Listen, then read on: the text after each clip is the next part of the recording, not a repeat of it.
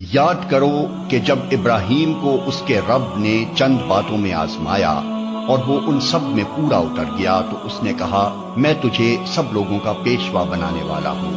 ابراہیم نے عرض کیا اور کیا میری اولاد سے بھی یہی وعدہ ہے؟ اس نے جواب دیا میرا وعدہ ظالموں سے متعلق نہیں ہے، اور ہم نے اس گھر کعبے کو لوگوں کے لیے مرکز اور امن کی جگہ قرار دیا تھا اور لوگوں کو حکم دیا تھا کہ ابراہیم جہاں عبادت کے لیے کھڑا ہوتا ہے اس مقام کو مستقل جائے نماز بنا لو، اور ابراہیم اور اسماعیل کو تاکید کی تھی کہ میرے اس گھر کو طواف اور اعتکاف اور رکوع اور سجدہ کرنے والوں کے لیے پاک رکھو۔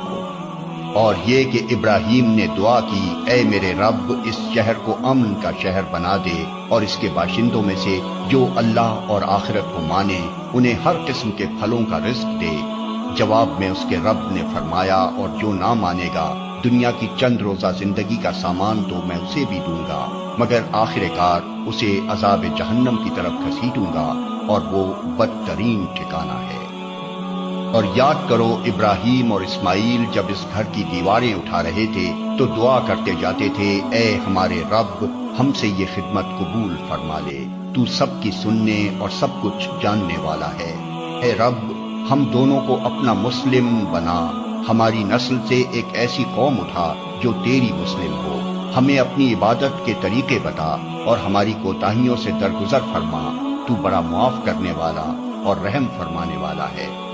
اور اے رب ان لوگوں میں خود انہی کی قوم سے ایک ایسا رسول اٹھائیو جو انہیں تیری آیات سنائے، ان کو کتاب اور حکمت کی تعلیم دے اور ان کی زندگیاں سنوارے، تو بڑا مقتدر اور حکیم ہے۔ کون ہے جو ابراہیم کے طریقے سے نفرت کرے؟ جس نے خود اپنے آپ کو حماقت و جہالت میں مبتلا کر لیا ہو، اس کے سوا کون یہ حرکت کر سکتا ہے؟ ابراہیم تو وہ شخص ہے جس کو ہم نے دنیا میں اپنے کام کے لیے چن لیا تھا اور آخرت میں اس کا شمار صالحین میں ہوگا۔ اس کا حال یہ تھا کہ جب اس کے رب نے اس سے کہا مسلم ہو جا تو اس نے فوراً کہا میں مالک کائنات کا مسلم ہو گیا۔ اسی طریقے پر چلنے کی ہدایت اس نے اپنی اولاد کو کی تھی اور اسی کی وصیت یعقوب اپنی اولاد کو کر گیا۔ اس نے کہا تھا کہ میرے بچوں اللہ نے تمہارے لیے یہی دین پسند کیا ہے، لہٰذا مرتے دم تک مسلم ہی رہنا۔ پھر کیا تم اس وقت موجود تھے جب یعقوب اس دنیا سے رخصت ہو رہا تھا؟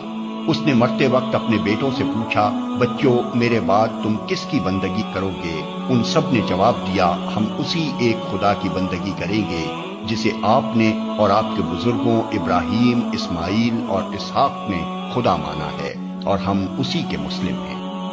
وہ کچھ لوگ تھے جو گزر گئے، جو کچھ انہوں نے کمایا وہ ان کے لیے ہے اور جو کچھ تم کماؤ گے وہ تمہارے لیے ہے، تم سے یہ نہ پوچھا جائے گا کہ وہ کیا کرتے تھے۔ یہودی کہتے ہیں یہودی ہو تو راہ راست پاؤ گے، عیسائی کہتے ہیں عیسائی ہو تو ہدایت ملے گی۔ ان سے کہو نہیں، بلکہ سب کو چھوڑ کر ابراہیم کا طریقہ، اور ابراہیم مشرکوں میں سے نہ تھا۔